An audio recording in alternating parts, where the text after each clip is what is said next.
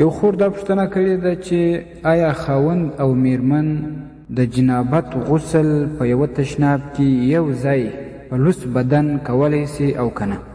الجواب بالله التوفیق. هو محترمې، خاوند او میرمن د جنابت غسل په یوه ځای کې که په لوس بدن وي هم جایز دی، په دې کې شرعاً څه منع نشته.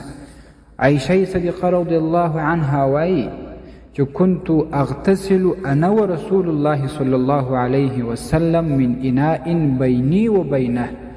ما او رسول الله صلی الله علیه وسلم په یوه تشناب کې غسل کوي، د یوه لوښي څخه به ما او د دواړو د غسل لپاره اوبه راخیستې.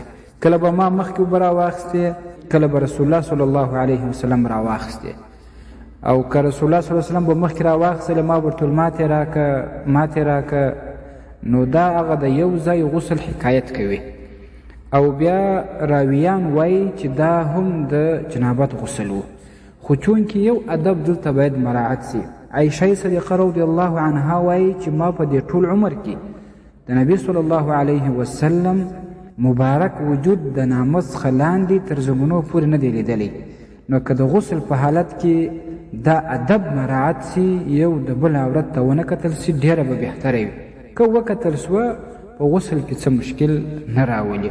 لہذا د خاوند او میرمنې پر یوه ځای باندې په یوه تشناب کې غسل کول شرعاً جایز دی.